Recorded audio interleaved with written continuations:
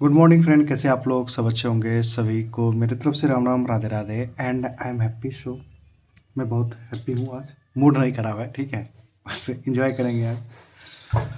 तो आज जो होगा वो फिर से मैं बता रहा हूँ कि ये पार्ट पांचवा होगा, IBPS PO mains expected current affair 2024। ठीक है, चलिए पहले स्टार्ट करेंगे आरबीएस सर्कुलर से ही स्टार्ट करेंगे। टाइम वेस्ट नहीं करेंगे, स्टार्ट कर लेंगे। लास्ट में आपको सारी चीज़ डिटेल्स में बता दूंगा और कमेंट बॉक्स में आपको टेलीग्राम ग्रुप का लिंक मिल जाएगा। ज्वाइन होना तो हो जाइएगा, कोई इशू नहीं है। हाँ, अभी मैं आपको करंट अफेयर 250 का दे रहा हूँ, जो कि सबसे कम है। ये आईबीपीएस पीओ के लिए रहेगा और एसबीआई पीओ आपका लास्ट दिसंबर में ही होगा। जो इन्फॉर्मेशन मिल रहा है आकाश सर से एंड अनिल अग्रवाल सर से, तो definitely vacancy on the way है, कभी भी आ सकता है। चलिए स्टार्ट करते हैं इसके बारे में। RBI, reserve bank of India announces continuous clearing of cheque under CTS. CTS क्या होता है? Cheque truncation system. मैंने इंटरव्यू में कितनी बार पूछा है कि what is cheque truncation system. कब इंट्रोड्यूस हुआ था? 2010 में। अब अभी क्या है चेक के बारे में? क्या है cheque truncation system? Which currently process cheque with a clearing cycle up to 2 working days, मतलब T+1 डेज। ये वाला प्रोसेस ना बैच प्रोसेस होता है, जो आप ना नेफ्ट में करते हो, बैच प्रोसेस में होता है। मतलब चेक आता है, फिर डिले होता है, थोड़ा टाइम लेता है, फिर प्रोसेस होता है। तो इसी बैच को, ये जो continuous clearing of cheque under CTS बोल रहा है, इसी को क्या करेगा? इस बैच प्रोसेस को खत्म करके continuous basis during business hours में करना, मीन्स इमीडिएट चेक क्लियरिंग की बातें हो रहा है कि तुरंत आए, तुरंत चेक क्लियर हो जाए। अब एक नोट है यहीं पे, the RBI also increase the limit on UPI payment for tax filing के लिए 5 लाख कर दिया है पर डे फ्रॉम 1 लाख से। ये कर लीजिएगा। सीटीएस का फुल फॉर्म याद रखिएगा, चेक ट्रंकेशन सिस्टम। इसको इंट्रोड्यूस किया था 2010 में। ये स्टैटिक फैक्ट्स पे पूछ सकता है। और मैंने कल लाइव में बोला था कि एनपीए के बारे में बात करेंगे रिलेटेड टू मुद्रा लोन। तो यही चीज़ था। Public sector banks, NPA on Mudra loan, मतलब जितने भी बैंक्स हैं, लोन जो दिया गया है मुद्रा लोन में, मुद्रा के तहत लोन दिया गया, तो क्या उसमें क्या एनपीए रहा है, वही डेटा है। डिक्लाइन हुआ है, मतलब घटा है एनपीए 3.4% इन फाइनेंशियल ईयर 2023-24। अभी कौन सा फाइनेंशियल ईयर चल रहा है? 2024-25। ये डेटा है आपको फाइनेंशियल ईयर 2023 और 24 का, जो कि ऑलरेडी फिनिश हो चुका है। किसके द्वारा रिलीज किया गया? फाइनेंस मिनिस्ट्री के द्वारा। अब आइए जानिए। 4.77% था इन फाइनेंशियल ईयर 2022 और 21। 4.89% है 2019-20 और 2023 और 24 में 3.4% है एनपीए, जो पब्लिक सेक्टर बैंक के द्वारा दिया गया था लोन मुद्रा के थ्रू। ठीक है, तो ये वाला याद रखना है। अब ये इसी को डिवाइड करते हैं कि कौन कौन से सेक्टर में मुद्रा loan NPA in private sector bank. अब पब्लिक सेक्टर बैंक में तो सब आ गया, तो ये पब्लिक सेक्टर मतलब ये सरकारी बैंक का हो गया 3.4%। ये हो गया प्राइवेट सेक्टर। प्राइवेट सेक्टर में 0.95% इन फाइनेंशियल 2023-24। मुद्रा loan NPA in RRB regional rural banks 2.47% in 2023 and 24। Overall अब ये टोटल मिला के, पब्लिक सेक्टर बैंक मिला के, प्राइवेट सेक्टर बैंक मिला के, आरआरबी मिला के, overall NPA average, overall NPA non performing asset on Mudra loan decline to 2.1% in financial 2023-24। खत्म। डेटा याद कर लीजिएगा, बात खत्म। अब एक कमेटी की बात करेंगे, जो बांग्लादेश में जब वो हादसा हुआ था, जब शेख हसीना जी बाहर गए थे, तो उस टाइम में एक कमेटी बनाया गया था कि उस बॉर्डर से वहाँ के लोग यहाँ नहीं आए। ठीक है, government of India constitutes a committee to monitor the current situation on Indo Bangladesh border. Chaired by, इसको कौन चेयर करेंगे? Additional director general of BSF border security force of eastern command Ravi Gandhi ji. आपको याद रखना है, रवि गांधी जी इसको चेयर करेंगे। इसका करने का मतलब था to ensure the safety of Indian citizens and people belonging to the minority communities in Bangladesh. बस ये याद रखिएगा। चलिए तीसरा हो गया। अब हमारे जो प्रेसिडेंट हैं, प्रेसिडेंट मुर्मू जी अवार्डेड तिमोर लेस्टे, मतलब तिमोर लेस्टे के जो हाईएस्ट सिविल ऑनर है वो दिया गया। उसका नाम क्या है? Grand collar of order. बस ये याद रखना है कि तिमोर लेस्टे के द्वारा दिया गया है हाईएस्ट सिविल ऑनर। क्या नाम है? Grand collar of order. किसको दिया गया है? हमारे प्रेसिडेंट मुर्मू जी को। आईआईटी इंदौर डेवलप्स ईशू फॉर लाइव लोकेशन ट्रैकिंग। इसमें क्या होगा? इशू में क्या होता है? ये energy harvesting shoe with GPS tracking लगा हुआ है। ये किसके पार्टनर के शिप करके ये डेवलप किया था? डीआरडीओ के। आईआईटी इंदौर और इन पार्टनरशिप डीआरडीओ। क्या लॉन्च किया? ईशू। ठीक है, first batch of 10 pair shoe was already supplied to DRDO. बस आपको और कुछ याद नहीं रखना है कि किसने इशू लॉन्च किया है, आपको याद रखना है आईआईटी इंदौर और किसके कोलैबोरेशन में, पार्टनरशिप में, डीआरडीओ की।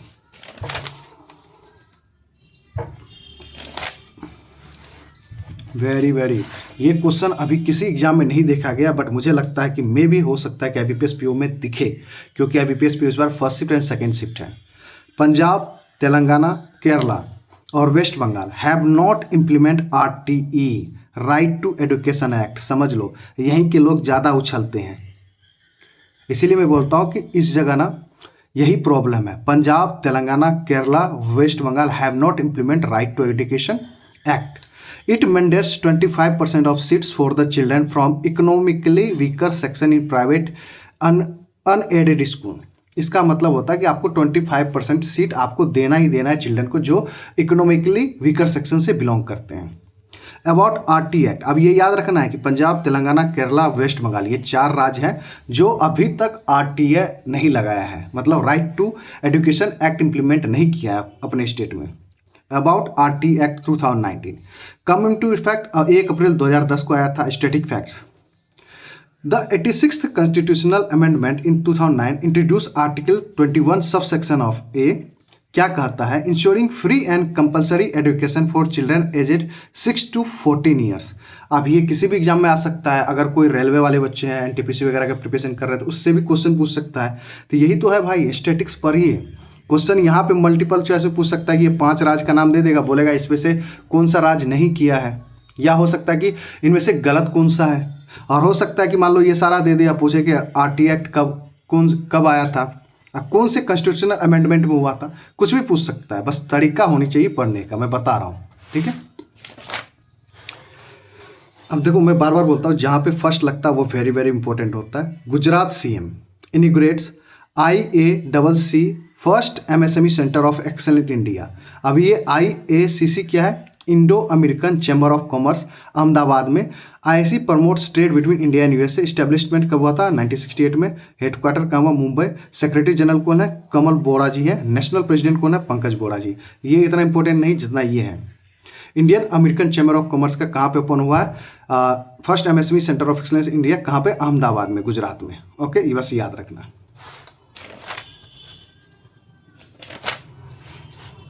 अब आइए, ये कुछ एक्सटेंशन के बारे में है। कैबिनेट अप्रूव्स प्रधानमंत्री आवास योजना अर्बन 2.0 स्कीम। प्रधानमंत्री आवास योजना अर्बन, यू मतलब अर्बन। इसका क्या उद्देश्य है? To provide financial assistance for affordable housing of 1 crore urban poor and middle class family over the next 5 years. मतलब इसको एक्सटेंड किया गया 2024-25 से लेकर 2028-29 तक, 2028 to 29 तक, ठीक है। It is done with an investment of 10 lakh crore and government allocation of 2.30 lakh crore। मतलब टोटल खर्चा आएगा 10 लाख का इन्वेस्टमेंट होगा, जिसमें गवर्नमेंट की तरफ से एलोकेशन होगा 2.30 lakh crore. Got it? Overall this scheme targets the construction of 3 crore new houses इसी बीच में, with 2 crore in rural areas and 4 crore in urban areas, costing 3,60,000। अब ये ओवरऑल है, यहाँ पे इतना दूर तक किसकी बात हो रही थी? अर्बन की सिर्फ। अब क्या हुआ कि अर्बन एंड रूरल की बात हो रहा है कि overall this scheme targets the construction of 3 crore new houses बनाएगा, with the 2 crore in rural areas ग्रामीण इलाके में और 1 crore in urban areas. Costing होगा इसका टोटल 3,60,000 करोड़। मतलब शहर में 2.30 लाख करोड़ की बात हो रही है, नहीं सॉरी, मतलब इसमें जो अभी बनाएंगे 3 करोड़, इसमें 3,60,000। बजट वैसे इन्वेस्टमेंट का प्लान कितना है? 10 लाख करोड़, मतलब और आगे भी चलेगा, ठीक है। अब आइए थोड़ा इसके बारे में जानते हैं, CCP के बारे में। CPP में cabinet approves 1766 crore for clean plant programme CPP under mission for integrated development of horticulture. बस आपको याद रखना है कौन सा प्रोग्राम? Clean plant programme. इसमें कितने आउटले हैं, खर्च है? 1766 करोड़। अब प्रपोज कौन किया है? Ministry of agriculture and farmer welfare. अब इसका काम क्या होगा? It is aimed at developing virus free planting material for fruit and vegetable crop. मतलब इसका मतलब है कि वायरस फ्री होना चाहिए कि fruit and vegetable crop through 9 state of the art clean plant centre. अब 9 आर्ट ऑफ सेंटर बनाया जाएगा, ठीक है, क्लीन प्लांट सेंटर बनाया जाएगा। बस आपको याद रखना है कि कैबिनेट ने अभी कौन सा प्रोग्राम लॉन्च किया है जिसके तहत ना virus free planting in material for fruit and vegetable crop लाया जाएगा। उसका नाम है क्लीन प्लांट प्रोग्राम जिसके तहत टोटल कॉस्ट है 1766 करोड़। ओके, अब ये है, ये भी मैंने बोला। ओडिशा, जहाँ पे फर्स्ट लग जाए वो इंपॉर्टेंट हो जाता है। Odisha launch India's first rice ATM, round the clock grain dispense machine known as Annapurti grain ATM. इसका दूसरा नाम है, नाम क्या है, Annapurti grain ATM. The ATM dispense up to 50 kg of rice in just 5 minutes with a minimal error rate of 0.01%. Launch in कहाँ पे, भुवनेश्वर में। ठीक है, ओडिशा ने क्या लॉन्च किया है, इंडियाज फर्स्ट राइस एटीएम, जिसका दूसरा नाम है, जाना जाता है वहाँ पे अन्नापूर्ति ग्रेन एटीएम। इसमें क्या होगा कि up to 50 kg of rice in just 5 minute, मतलब 5 मिनट में आपको 50 kg राइस मिल जाएगा, अप टू मैक्सिमम 50 kg। ठीक है, अब ये क्वेश्चन आपको याद है, NBSL पूछा था आपसे, आरआरबी असिस्टेंट या आरआरबी पीओ पूछा गया था। अब यही आपको पता नहीं था क्वेश्चन।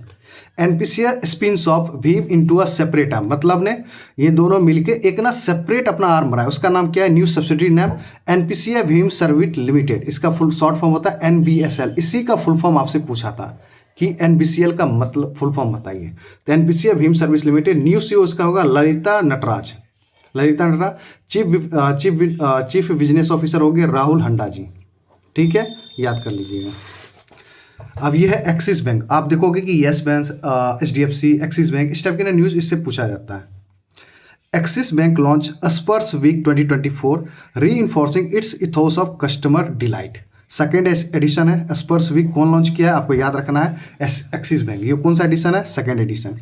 इसका एम क्या है, to enhance customer experience by empowering its employees to create memorable interaction throughout the customer journey. बस कुछ नहीं है, बस आपको याद रखना कि स्पर्स वीक 2024 जिसका सेकेंड एडिशन हुआ, उसने कौन सा बैंक लॉन्च किया है, आपको याद रखना है, एक्सिस बैंक। अब आइए मॉडल सोलर विलेज स्कीम, अब स्कीम के बारे में बात करेंगे। Ministry of new renewable energy issued operation guidelines for model solar village scheme MSVS under Pradhanmantri Surya Ghar Muft Bijli योजना।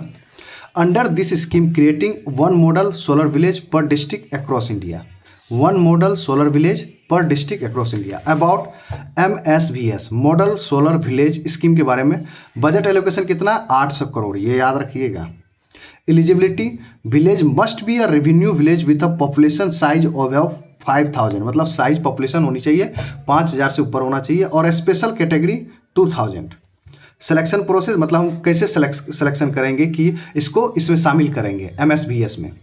The village will be selected by assessing their overall distributed renewable energy capacity installed on 6 month, मतलब इसको select किया जाएगा कि देखा जाएगा कि renewable energy capacity जो इंस्टॉल किया है 6 मंथ्स में कितना किया है। Implementing renewable energy development agency REDA करेगा। ठीक है, रेडा के द्वारा इम्प्लीमेंटिंग किया जाएगा। असिस्टेंट किसके द्वारा, कितना असिस्टेंट है, 1 करोड़ पर विलेज दिया जाए। अगर आप इसमें शामिल होते हैं तो आपको असिस्टेंट दिया जाएगा 1 करोड़ रुपए पर विलेज को।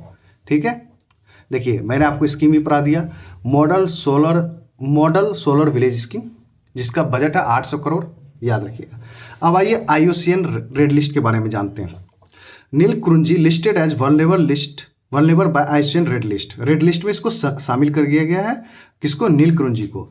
Iconic flooring shrub of western Ghats, अब वेस्टर्न घाट्स के बारे में पूछ सकता है, आपको पता है SBI क्लर्क में पूछा गया था 2 साल पहले कि वेस्टर्न घाट्स में कौन कौन आता है, तो केरला आता है, कर्नाटका है, तमिलनाडु है, ये 3 स्टेट आता है वेस्टर्न घाट में, याद रखिए, केरला, तमिलनाडु, कर्नाटका, आपको याद कर लेना है। और इसका साइंटिफिक, नीलकुंजी का साइंटिफिक नेम है स्ट्रोबिलेंथस कुंथियाना। IUCN का हेडक्वार्टर कहाँ है, ग्लैंड, स्विट्जरलैंड। मैं बार बार बोल रहा हूँ, पूछा जा सकता है भाई हेडक्वार्टर। चलो ये भी हो गया। अब ये भी है, छोटा क्वेश्चन है, घातक क्वेश्चन है। Madhya Pradesh becomes first state to provide cash to girl student to buy sanitary napkins 3000 for 1 year. 1 साल में आपको 300 रुपये दिया जाएगा, किसके लिए, सैनिटरी पैड्स खरीदने के लिए गर्ल्स स्टूडेंट को। ठीक है, फर्स्ट स्टेट बन गया इस मामले में मध्य प्रदेश, आपको ये याद रखना है। अब आइए एक और कमेटी के बारे में बात करते हैं। RBI setups 10 member expert committee on benchmarking its statistics इसके लिए बनाया गया है 10 मेंबर एक्सपर्ट कमेटी। इसको चेयर कौन करेंगे? Deputy governor of RBI Michael D Patra ji. ये रिपोर्ट नवंबर 2024 के एंड तक सबमिट करना है, बस खत्म बात, आपको याद रखना। अब ये पंजाब नेशनल बैंक एक बेहतरीन कार्ड लॉन्च किया था, उसके बारे में जानते हैं। PNB launches special Braille debit card for visually impaired customer के लिए लॉन्च किया गया है, ठीक है। आपको नाम रखना है कि PNB special Braille debit card launch किया, किसके लिए? विजुअली इम्पेयर्ड स्टूडेंट के लिए। उसका नाम क्या होगा? PNB Antardrishti Braille debit card. PNB Antardrishti Braille debit card powered by RuPay card. ATM withdrawal कितना होगा? Up to 25,000 per day. अब point of sale and e commerce transaction कितना होगा? कंबाइंड डेली लिमिट 60,000, ठीक है। वैसे एटीएम से विड्रॉल करने जाओगे तो अप टू 25,000। अगर आप पॉइंट ऑफ सेल मशीन या ई कॉमर्स ट्रांजेक्शन करते हो, जैसे ऑनलाइन करना है आपको, फ्लिपकार्ट वगैरह से कुछ करते हैं, पॉइंट्स ऑफ मनी से स्वैपिंग करते हैं, जिसको आप लोग स्वैप मशीन बोलते हैं, उससे करना है तो कंबाइंड डेली लिमिट 60,000 है। कॉन्टैक्टलेस ट्रांजेक्शन, आप मान लो कि एटीएम है, ये एटीएम है, मान के चलो कि ये एटीएम है, ऐसे करके छूते हो जाता है कॉन्टैक्टलेस ऐसे, ठीक है, वो वाला बता रहा है। तो उसके लिए अप टू 5,000 रुपये can be complete without a pin at NBFC daily limit near field communication without a pin, मतलब आप विदाउट अ पिन कर सकते हो, ठीक है। ये चीज हो गया, चलिए समझ गए। अब एक देखिए हमारे विच नहीं रहे ऑब्विचरी बेस्ड क्वेश्चन है के नटवर सिंह पास्ट वे। अब देखो ऑब्विचरी पे कैसे क्वेश्चन बच सकता है। अब वो नहीं पूछता है कि के नटवर सिंह क्या थे नहीं थे। अब मैं बताता हूँ इसमें कैसे क्वेश्चन पूछा जाता है। आज के डेट में बैंकिंग में जो करंट अफेयर का ट्रेंड बदल गया है। ये क्या थे? पहले तो सेक्रेटरी इन एक्सटर्नल अफेयर्स थे 1982 से लेकर 1984 में। अब ये ना क्वेश्चन ये पूछा जाता कि इसको ना पद्म भूषण कब मिला था? 1984 में। मेंबर ऑफ पार्लियामेंट भी रह चुके हैं। हिज ऑटोबायोग्राफी ये भी पूछा जाएगा, one life is not enough. Question ना ये दो जगह से पूछा जाएगा कि पद्म भूषण अवार्ड 1984 में और इसके ऑटोबायोग्राफी के बारे में बताओ क्या नाम है? One life is not enough, ये याद करना है। मैं आपको ना इसके माध्यम से ना इस वीडियो के माध्यम से आपको हर एक वीडियो में पढ़ने का तरीका बता रहा हूँ। आप कहीं से भी पढ़ो, मुझे इशू नहीं है, बट इस चीज़ पर ध्यान रखो। ये भी महाराष्ट्र का न्यूज़ है, बढ़िया क्वेश्चन है।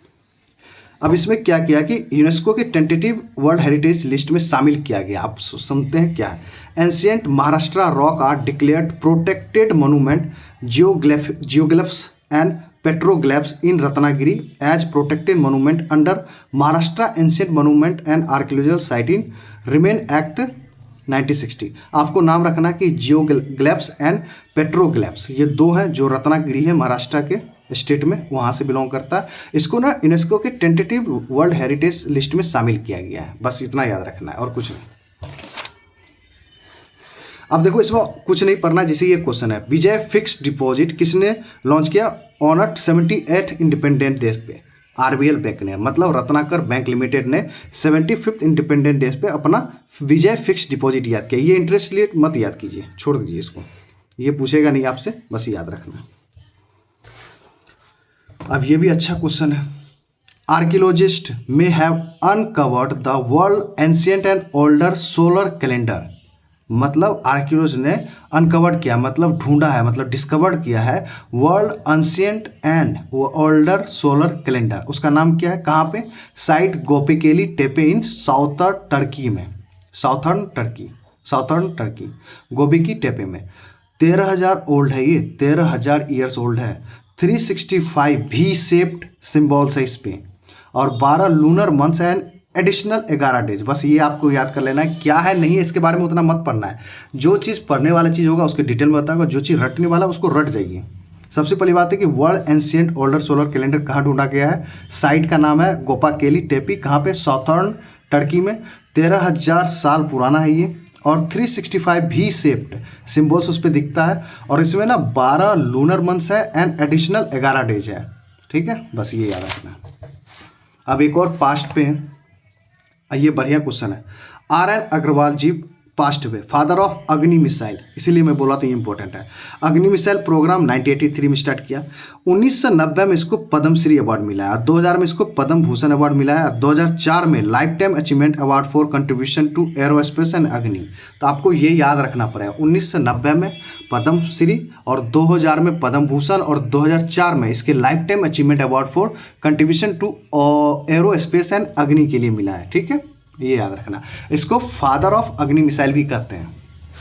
अब ये एक उन्नति स्कीम है। हिम उन्नति स्कीम किस राज्य के द्वारा लाया गया था? हिमाचल प्रदेश। किस चीज़ के लिए?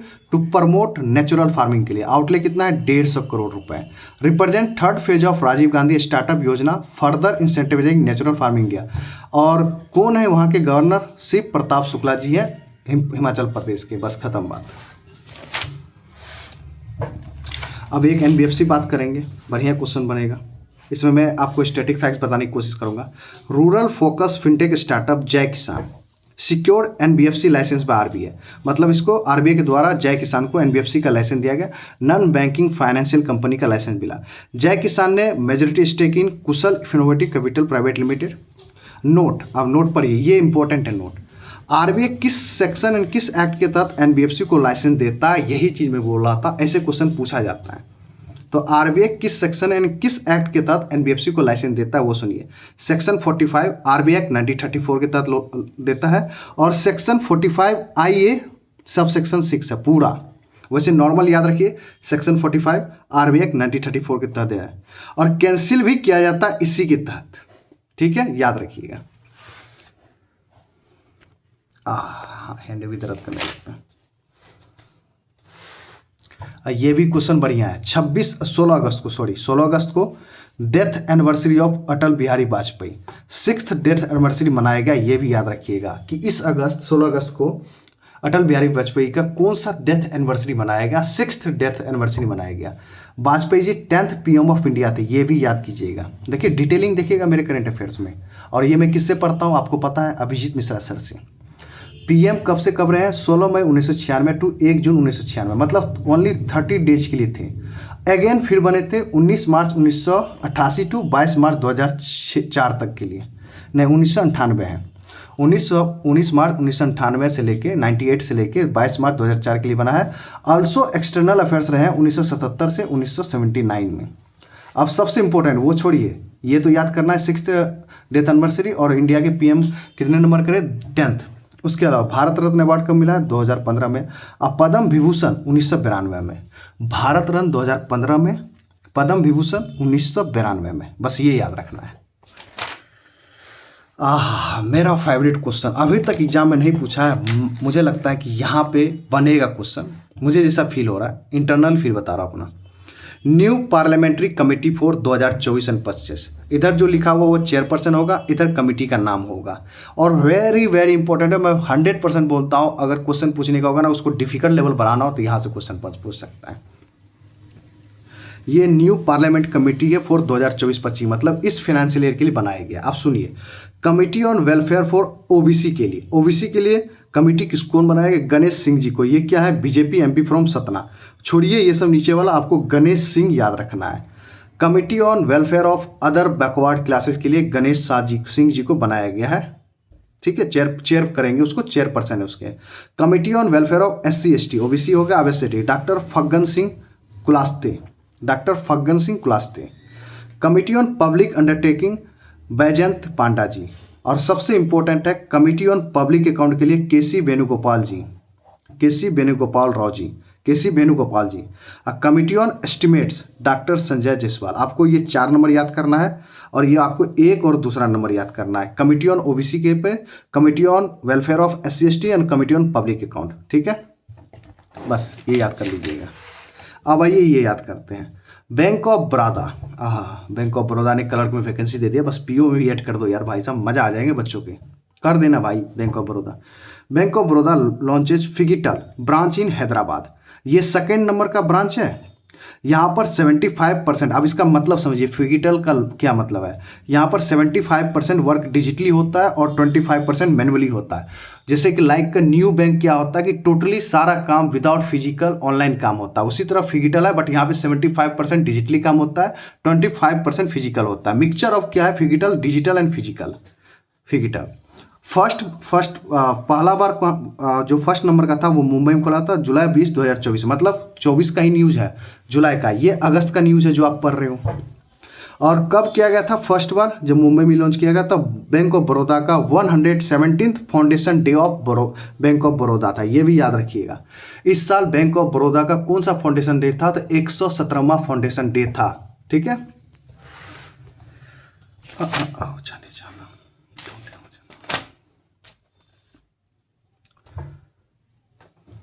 चलिए, अब ये एक अवार्ड है जो हमारे रिजर्व बैंक ऑफ इंडिया के गवर्नर जी को मिला है, उसके बारे में पढ़ते हैं। पहले तो global finance central banks report card 2024, मतलब ये अवार्ड नहीं है एक तरह से, नहीं, ये आपको कह सकते हैं कि रिपोर्ट कार्ड दिया गया है कि बेस्ट में, published by global finance magazine GFM, London based company है।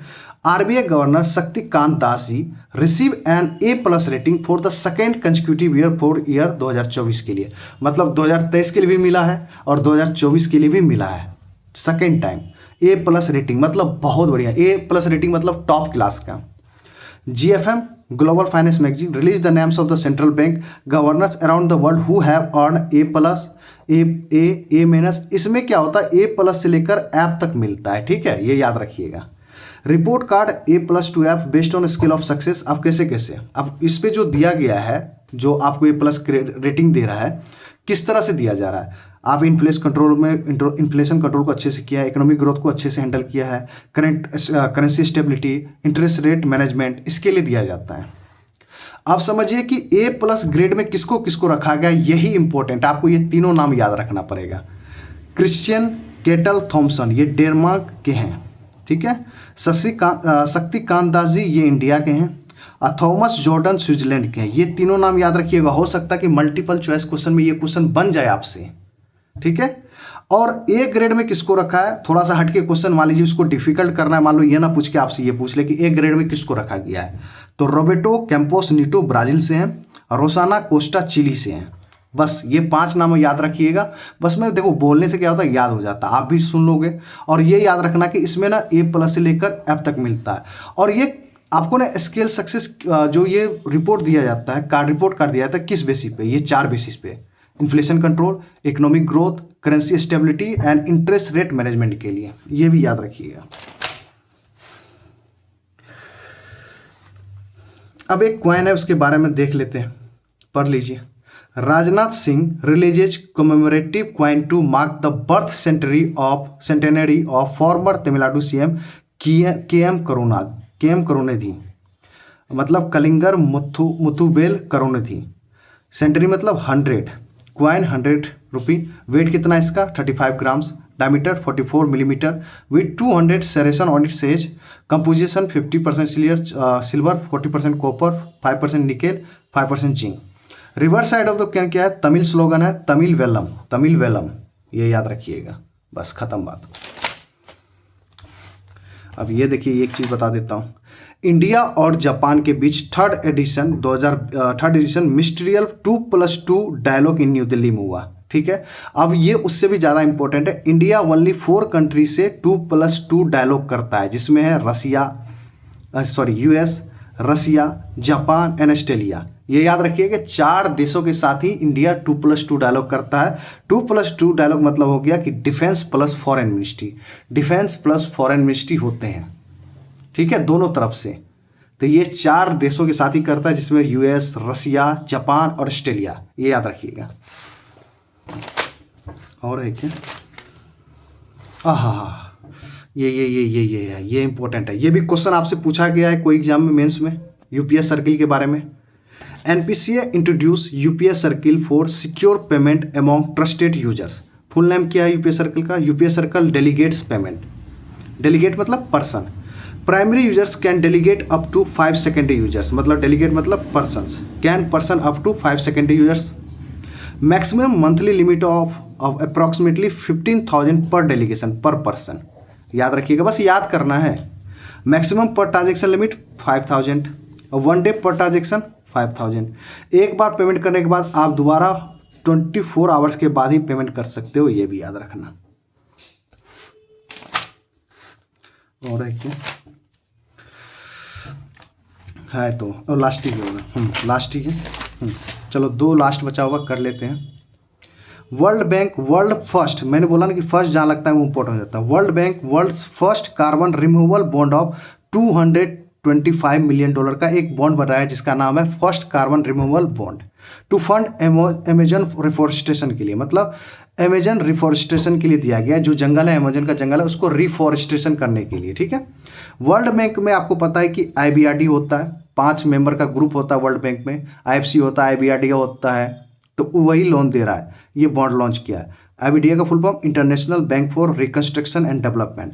मैच्योरिटी ऑफ बॉन्ड 9 ईयर्स, 31 जुलाई 2023 से लॉन्च हो चुका है। Minimum guaranteed annual return of about 1.745% and up to, इतना ये याद नहीं करना है, बस आपको याद रखना है कि वर्ल्ड बैंक ने first carbon removal bond launch किया। उसका नाम कितना का है बॉन्ड? $225 मिलियन का है। किसके लिए? अमेजन रिफॉरेस्टेशन के लिए, ठीक है, अमेजन रिफॉरेस्टेशन के लिए। अब ये क्यूज है, याद रख लीजिए। RBI launches RBI 90 quiz for under graduate college student. वो नहीं पूछेगा, ये छोड़ो, ये मुझे नहीं लगता कि नहीं पूछेगा। ये पूछ सकता है नीति आयोग और CSIRO, इसका फुल फॉर्म याद कर लीजिए। Commonwealth Scientific Industrial Research Organisation. कहाँ की ये कंपनी है? ऑस्ट्रेलिया की। याद करना है मेरे भाई, बता रहा हूँ। इन दोनों ने मिलकर क्या लॉन्च किया है? To launch climate smart agritech RISE accelerator programme. RISE नाम का एक एक्सेलेटर प्रोग्राम किया। क्या नाम है इसका full form? Rapid innovation startup expansion.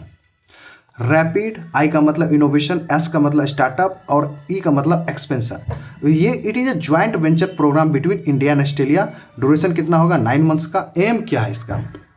To harness cutting edge technology and digital solution to address climate challenge in agriculture and promote cross border innovation. Benefit किसको होगा? To the select small medium enterprises and startup will also will eligible for up to 45 lakh रुपये in non equity grant. ये याद रखिएगा। बस आपको rise का full form याद रखना है। इंडिया और ऑस्ट्रेलिया के द्वारा दिया, ये लॉन्च किया गया है फॉर 9 मंथ्स के लिए होता है। खत्म बात।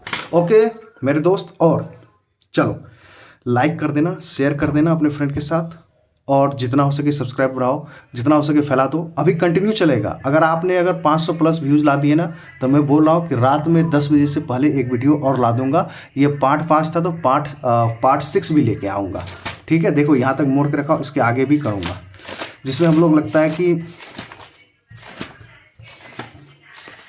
अरे करना पड़ेगा इधर, बहुत इंपॉर्टेंट। वाह वाह वाह, ये सब मैं करवा चुका हूँ। नहीं करवाया मेरे भाई। बहुत है मेरे दोस्त, बहुत है। Thank you very much. देखो ये भी दे रहा है अच्छे से, ले लो, कोई बात नहीं। Thank you very much.